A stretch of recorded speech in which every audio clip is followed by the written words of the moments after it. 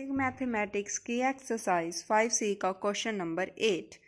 ये वाला जो क्वेश्चन है बहुत ही इजी है और हमने इसके जैसा क्वेश्चन पहले भी हमने किया था। जो क्वेश्चन नंबर 4 है वो same to same question number 8 की तरह ही है। इससे पहले वाले अगर 7 क्वेश्चंस की आपको वीडियोस चाहिए तो लिंक मैंने डिस्क्रिप्शन में दे दिए हैं, आप वहाँ से देख सकते हैं। तो करते हैं आज वाला question. Find the coordinate of the points of intersection of the line and the circle. तो उन्होंने हमें एक लाइन दी है और एक सर्कल दी है और उन्होंने कहा है कि वो दोनों आपस में हो रहे हैं इंटरसेक्ट। ठीक है, हमने जिस जगह पर वो दोनों आपस में इंटरसेक्ट हो रहे हैं, हमें वो एक्स एंड वाई होते हैं ना, जो इंटरसेक्शन पॉइंट होते हैं, हमें वो वाले पॉइंट्स फाइंड करने हैं। और उन्होंने भी हमें कहा गया है कि find the coordinate of the points, यानी कि पॉइंट्स जो हमारे पास हैं एक्स वाई, उनकी वैल्यूज़ निकालनी है हमें। तो हमारे पास इक्वेशन ऑफ लाइन गिवन है एंड एक इक्वेशन ऑफ सर्कल भी गिवन है। तो हमारे पास इक्वेशन ऑफ सर्कल गिवन है x square plus y square plus 5y is equal to 0। इसे हम मान लेंगे इक्वेशन नंबर 1। इसके अलावा हमें इक्वेशन ऑफ लाइन गिवन है, वो हमारे पास है 3x plus 4y is equal to 0। तो जैसे कि हम क्वेश्चन नंबर 4 में करते थे, हम लाइन की इक्वेशन में से एक्स या फिर वाई दोनों में से किसी एक की वैल्यू निकालते थे और इक्वेशन ऑफ सर्कल में पुट कर लेते थे। इससे में हम सब्स्टिट्यूशन मेथड लगाएंगे उसी तरह से और एक्स एंड वाई की वैल्यूज़ निकाल लेंगे। इक्वेशन ऑफ सर्कल में से एक्स एंड वाई की वैल्यूज़ हम इसलिए नहीं निकालेंगे क्योंकि उसके वैल्यूज़ में एक्स की स्क्वायर है, वाई की स्क्वायर है। जब इसकी वैल्यूज़ निकालेंगे तो वैल्यूज़ स्क्वायर रूट में आएंगी और उन्हें सॉल्व करना बहुत मुश्किल होगा। तो हम इक्वेशन ऑफ लाइन में से वैल्यूज़ निकालेंगे। तो हम इस बार एक्स की वैल्यू निकाल लेते हैं। तो हमारे पास आ जाएगा 3x is equal to 0 minus 4y, plus का 4y उस साइड चला गया।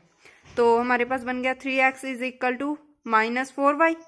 तो x की वैल्यू निकालनी है तो मल्टीप्लाई में जो 3 है उसे उस साइड डिवाइड में ले जाएंगे। तो हमारे पास आ गया x is equal to minus 4y by 3। तो इसे हम मान लेंगे इक्वेशन नंबर 2। अब हम x की वैल्यू जो हमारे पास आई है इसे पुट कर देंगे इक्वेशन ऑफ सर्कल में, यानी कि पुट इन 1। तो हमारे पास सर्कल की इक्वेशन है x square plus y square plus 5y is equal to 0। इसमें x की वैल्यू पुट करेंगे तो हमारे पास आ जाएगा माइनस 4y बाई 3 की whole square plus y square plus 5y is equal to 0। Minus का स्क्वायर हमेशा प्लस होता है, मैंने आपको ये पहले भी बताया था। तो हमारे पास आ गया प्लस 4 का स्क्वायर 16, y का स्क्वायर वाई स्क्वायर, 3 का square 9 plus y square plus 5y is equal to 0। इसे अब हम फर्दर सॉल्व करने के लिए लेंगे एलसीएम। इसके नीचे तो 9 है, इसके नीचे कुछ नहीं तो हम 1 ले लेंगे। तो हमारे पास एलसीएम क्या आ गया 9।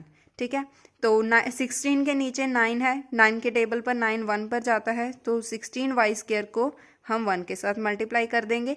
1 के टेबल पर 9 9 पर जाता है तो y को 9 के साथ मल्टीप्लाई कर देंगे। उसी तरह 1 के टेबल पर 9 9 पर जाता है तो इसे भी 9 के साथ मल्टीप्लाई कर देंगे। तो हमारे पास आएगा 9 into 5y is equal to 0।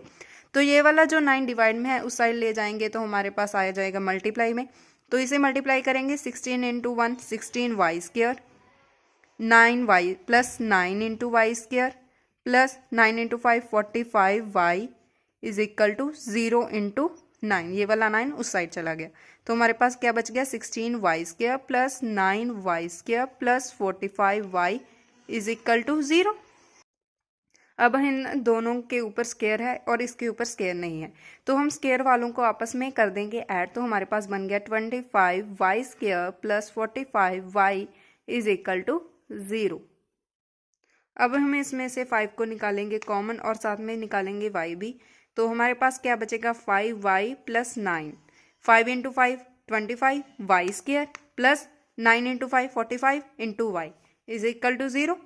तो अब हम इसमें से हमें y की वैल्यूज़ निकल सकती हैं। तो हम क्या करेंगे, अगर तो हमारे पास यहाँ पर बनती क्वाड्रेटिक इक्वेशन यानी कि ax square plus by plus c is equal to 0, लेकिन हमारे पास यहाँ पर क्वाड्रेटिक इक्वेशन नहीं बनी है, तो हमारे पास दोनों अलग अलग हैं। तो हमें क्या करेंगे, जो फर्स्ट वाला है उसे इक्वल टू 0 रख देंगे और सेकंड वाला भी इक्वल टू 0 रख देंगे। तो हमारे पास आ जाएगा 5y is equal to 0 and 5y plus 9 is equal to 0।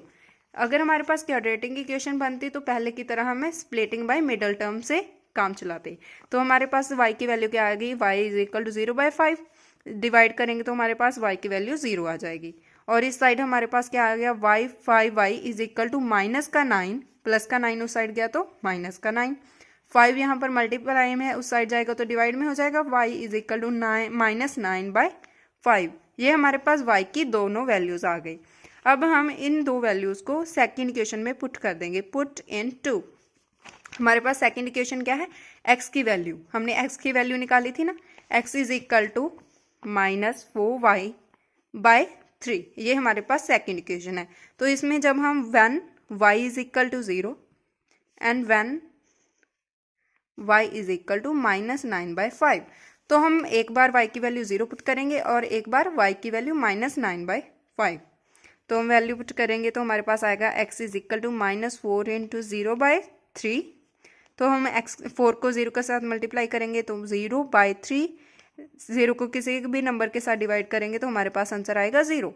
और जब हम y की वैल्यू -9/5 पुट करेंगे तो हमारे पास आएगा x is equal to -4/3, y की वैल्यू क्या है -9/5। तो हम इसे सॉल्व करेंगे तो हमारे पास आ गया माइनस माइनस होता है प्लस, तो हमारे पास यहाँ पर आ गया प्लस, 9 × 4 आ गया हमारे पास 36, 5 × 3 15। तो इसे हम फर्दर सॉल्व करने के लिए कटिंग कर देंगे। हम इसकी कटिंग करेंगे 3 के टेबल पर, 3 के टेबल पर जाएगा 1 पर, 6 जाएगा 2 पर, 15 जाएगा 5 पर। तो हमारे पास x की वैल्यू आ गई 12/5। तो हमें इस क्वेश्चन में x एंड y की वैल्यूज ही निकालनी थी, जो हमने निकाल ली। तो हम क्या लिखेंगे, therefore coordinates of the points of intersection are 0, 0 and 12/5, -9/5। तो हम आगे हमेशा x की वैल्यू लिखते हैं और पीछे y की, आगे x की y की। तो जब हमारे पास x की वैल्यू क्या थी 0, तो हमारे पास y की वैल्यू क्या थी 0, हमने y की वैल्यू भी 0 पुट की थी, तो हमारे पास आ गया 0 0। जब हमारे पास x की वैल्यू 12/5 थी तो हमारे पास y की वैल्यू क्या थी -9/5, हमने -9, तो हमने बस यही लिखा है और हमें यही फाइंड करना था। उन्होंने हमें कहा था कि कोऑर्डिनेट पॉइंट्स फाइंड करो और हमने कोऑर्डिनेट पॉइंट्स फाइंड कर लिए हैं, तो यही हमारा आंसर है। Thanks for watching.